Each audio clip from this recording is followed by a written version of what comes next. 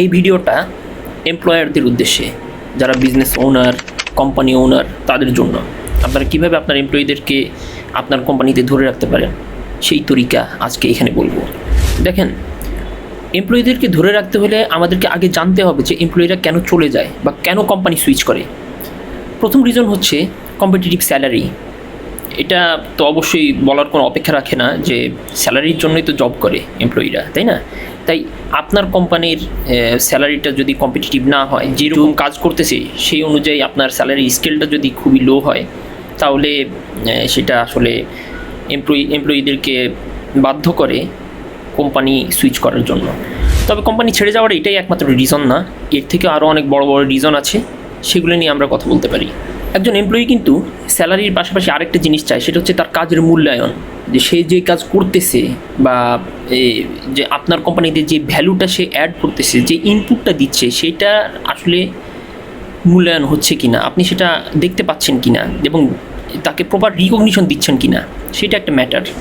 বেশিরভাগ বলবো না, অনেক কোম্পানিতে আছে আমাদের দেশে যে তেল কালচার যেটাকে বলে, নির্দিষ্ট কিছু এমপ্লয়ি যারা কাজ না করে তেলামিতে সবসময় থাকে এবং তেল দিয়ে তারা প্রমোশন পায়, তারা ইনসেন্টিভ পায়, যত ধরনের সুযোগ সুবিধা তারাই বেশি পায়, যারা কাজ করে তাদের থেকে বেশি। এই জিনিসটা এই আপনার কোম্পানির যে ইফেক্টিভ এমপ্লয়ি যারা, তাদেরকে খুবই ডিমোটিভেটেড করে, এবং এই কারণে এই যে কাজের সঠিক মূল্যায়নটা হচ্ছে না, এই কারণে তারা কিন্তু বাধ্য হয় কোম্পানি সুইচ করতে। কারণ এই ধরনের ডিমোটিভেশন তার প্রোডাক্টিভিটি হ্যাম্পার হওয়ার জন্য যথেষ্ট। কে চাই ডিমোটিভেটেড থাকতে? নেক্সট যে রিজনটা, সেটা হচ্ছে ম্যানেজমেন্টের দুর্বলতা। আপনি হয়তো স্বীকার করতে চাইবেন না যে না, আমাদের ম্যানেজমেন্ট খুব ভালো। আসলে নিজেদের সাইডটা, নিজেদের খুঁটটা আসলে কে দেখতে চায়? বেশিরভাগ ম্যানেজমেন্টের দুর্বলতার কারণে অনেক সময় আপনার এমপ্লয়ি কোম্পানি সুইচ করতে বাধ্য হয়। ম্যানেজমেন্টের দুর্বলতার কারণে একটা যে টক্সিক কালচার ক্রিয়েট হয়, টক্সিক এনভায়রনমেন্ট বা কর্পোরেট পলিটিক্স, এগুলো হয়। এইগুলোর কারণে একজন এমপ্লয়ি কোম্পানি সুইচ করতে বাধ্য হয়। আবার দেখা যায় ম্যানেজমেন্ট থেকে সবসময় সব ডিসিশনগুলো এমন ডিসিশন নেওয়া হয় যেগুলো শুধুমাত্র ম্যানেজমেন্টের স্বার্থই রক্ষা করে। এমপ্লয়ির স্বার্থ কখনো চিন্তা করে কোনো ডিসিশন নেওয়া হয় না। সব ক্ষেত্রে মানে উইন উইন সিচুয়েশন যে ব্যাপারটা, এটা কখনো চিন্তা করা হয় না। সবসময় ম্যানেজমেন্টের সাইডটাকেই প্রাধান্য দেওয়া হয়। এরকম যখন হয়, তখন এমপ্লয়িরা বিকল্প ব্যবস্থা ভাবতে বাধ্য হয়। আরেকটা ব্যাপার হচ্ছে টাইম টেবিলে কড়াকড়ি। আমাদের দেশে তো এটা একটা হাস্যকর একটা কালচার যে আসতে হবে একদম অন টাইম, একটা মিনিট দেরি হইলেও সেই দিনের বেতনটা কাটা, বা 3 দিনে 1 দিনের স্যালারি কাটা, এরকম নিয়ম তো মোটামুটি অনেক জায়গাতেই আছে, অনেক কোম্পানিতে। কিন্তু যখন অফিস যখন ছুটি হওয়ার ব্যাপারটা আসে, তখন কাজ যতক্ষণ শেষ না হবে ততক্ষণ পর্যন্ত এমপ্লয়িকে ওইখানে থাকতে হবে, কাজ শেষ করে যাইতে হবে। তখন এটা 5টার জায়গায় 6টা, 7টা, 8টা বাজুক, অনেক সময় 9টা, 10টা বাজে, তারপরেও দেখা যায় যে কাজ শেষ হয় না, এমপ্লয়িরা কাজ করতেই থাকে।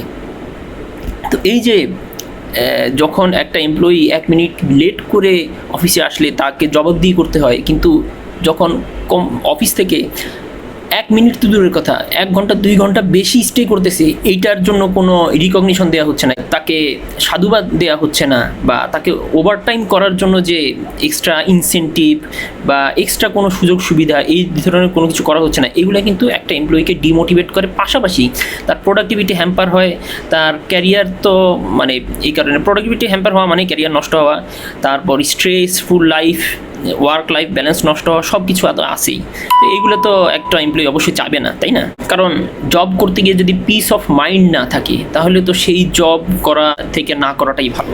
যারা জব করে তাদের তো একটা আপনার প্যাকেজ থাকে যে তুমি এত স্যালারি পাবা, তোমার পেইড লিভ এত হবে, 20 দিন পেইড লিভ, এর মধ্যে আবার একটা নির্দিষ্ট টাইম যে 10 দিন ক্যাজুয়াল লিভ, 10 দিন সিক লিভ, ব্লা ব্লা, এরকম বিভিন্ন ধরনের প্যাকেজ থাকে। কিন্তু রিয়েলিটি হচ্ছে এই ধরনের যে পেইড লিভ, এটা আসলে কাগজের কলমেই আসলে লিমিটেড। এখানে একজন এমপ্লয়ি যখন ছুটি নিতে যায়, তার যখন ছুটির দরকার হয়, তখন সে সঠিক সময়ে যখন দরকার তখন ছুটি পায় না, বা একটা দিন ছুটি পায় যেখানে তার 2 দিন ছুটি পাওয়ার দরকার। 3 দিন ছুটি চাইতে গেলেই কোম্পানি থেকে খুবই তালবাহানা করা হয়, মানে বা এইচআর এমন একটা বিহেভ করে, মনে যেন এইচআরের কিডনি চাওয়া হচ্ছে। তো এইরকম যখন অবস্থা হয়, মোনোটোনাস একটা ফিলিংস হয়, কাজ করতে করতে যে নিজের মধ্যে একটা একঘেয়েমি চলে আসে, যে এটার জন্য যে একটা রিফ্রেশমেন্টের দরকার আছে, সেই রিফ্রেশমেন্টের জন্য যে ছুটিটা, অথবা শুধু রিফ্রেশমেন্ট বাদই দিলাম, ইমার্জেন্সি কারণে যে ছুটিগুলা, এইটাও যে অনেক সময় যখন পায় না, তখন আসলে ডিমোটিভেটেড হওয়া ছাড়া আর কোনো ওয়ে থাকে না। তার উপরে ইয়ারলি যে পেইড লিভ, সেই পেইড লিভ সে যদি না নেয়, সেই লিভের এগেনস্টে, সেই লিভের বিনিময়ে তাকে যে পে করা, এটা তো আসলে কোম্পানিতে থাকে না, আর থাকলেও সেটা কাগজে কলমেই, এটা আসলে বাস্তবায়ন করা হয় না। এগুলোও কিন্তু কোম্পানি চেঞ্জ করার একটা কারণ। প্রতিটা এমপ্লয়ি চায় তাদের ক্যারিয়ার গ্রোথ। আজকে যে পজিশনে আছে, নেক্সট ইয়ার সে যেন এর থেকে বেটার একজন স্কিল্ড পারসন হয়। এর জন্য কি দরকার? এর জন্য তার চ্যালেঞ্জ দরকার। সে চ্যালেঞ্জ চায়, সেই চ্যালেঞ্জ ফেস করার মাধ্যমে, মানে কাজের চ্যালেঞ্জ, সেই কাজ সলভ করার মাধ্যমে সে আরও বেটার স্কিল্ড একজন পার্সনে সে পরিণত হবে। কিন্তু তার কাজ যদি এমন হয়, তার যে ওয়ার্ক স্পেস, তার যে কারেন্ট যে কোম্পানি, এখানে কাজটা যদি হয় বোরিং, যেখানে আর কোনো শেখার সুযোগ নাই, বা এটার ফিউচার নাই, বা তাকে যথেষ্ট কাজ দেওয়া হচ্ছে না যার মাধ্যমে সে আসলে নিজের গ্রোথটা ইনশিওর করতে পারে, তখন সে আসলে নিজের ক্যারিয়ারকে ডেভেলপ করার জন্য এবং তার ক্যারিয়ার গ্রোথ যাতে হ্যাম্পার না হয়, এই জন্য সে জব চেঞ্জ করতে বাধ্য হয়। তাহলে এখন এমপ্লয়ীদের কীভাবে ধরে রাখবেন? এই তো যে কারণগুলো বললাম, এই কারণগুলোর অ্যাগেনস্টে যদি আপনি ব্যবস্থা নেন, তাহলে আশা করা যায় আপনি এমপ্লয়ি রিটেনশন রেটটা আপনার কোম্পানিতে বেড়ে যাবে। আপনার স্যালারিটা কম্পিটিটিভ করুন, মানে যতটা সম্ভব আপনার সামর্থ্যের মধ্যে যতটা সম্ভব। তারপরে তাদেরকে আপনি বিভিন্ন ট্রেনিংয়ের ব্যবস্থা করতে পারেন। হ্যাঁ, আপনি হয়তো বলবেন যে ট্রেনিং নেওয়ার পরে, স্কিল্ড হওয়ার পরে সে অন্য কোথাও জব সুইচ করে, বাট ওই যে আমি আগের একটা ভিডিওতে বলছিলাম এবং এখনও বলতেছি যে সবাই আসলে শুধুমাত্র স্যালারির জন্য থাকে না। আপনার পরিবেশটা যদি সুন্দর হয়, আপনার ম্যানেজমেন্টটা যদি ভালো হয়, আপনার ম্যানেজমেন্টটা যদি এমপ্লয়ি ফ্রেন্ডলি হয়, অফিস এন্ট্রি বা অফিস লিভ করার যে কালচারটা, হ্যাঁ, এইটা যদি ঠিক হয়, ওয়ার্ক লাইফ ব্যালেন্স যদি থাকে, আপনার ওভারটাইম যদি কেউ করে থাকে, তবে সেক্ষেত্রে হ্যাঁ ওকে, মাসে 3-4 দিন হইতে পারে বা ম্যাক্সিমাম, কিন্তু দেখা যায় মাসের যতদিন, তার মানে 90% টাইমই আপনার ওভারটাইম করতেছে। ব্যাপারটা যদি এমন হয়, তাহলে তো সেটা অবশ্যই কোশ্চেনেবল।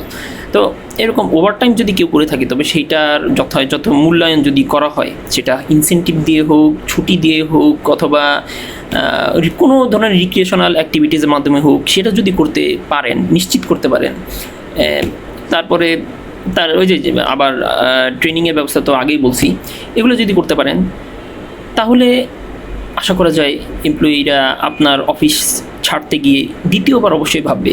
নর্মালি অফিস যদি আপনি সুন্দর করেন, এটা বোনাস হিসেবে ভাবতে পারেন। অফিসটা মোটামুটি আপনার সুন্দর করার চেষ্টা করুন, চা কফির ব্যবস্থা রাখতে পারেন, আনলিমিটেড হলে তো কথাই নাই। আর যদি সম্ভব হয় তাহলে লাঞ্চের ব্যবস্থা রাখা, ফুলি সাবসিডাইজ না হলেও আপনার পার্শিয়ালি সাবসিডাইজড করতেই পারেন।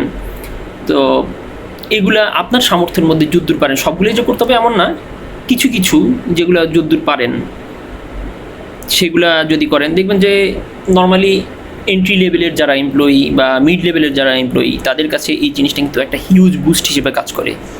যেটা আপনার গ্রোথ বুস্ট বলেন, কাজের বুস্ট বলেন, যে কোনো কিছুই।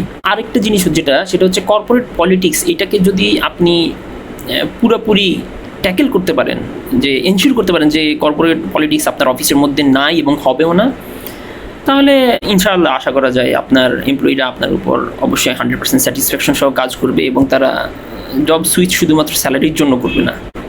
মোট কথা, উই আর ফ্যামিলি, এইটা কথার মধ্যে না রেখে আপনি আপনার কাজে প্রমাণ করুন।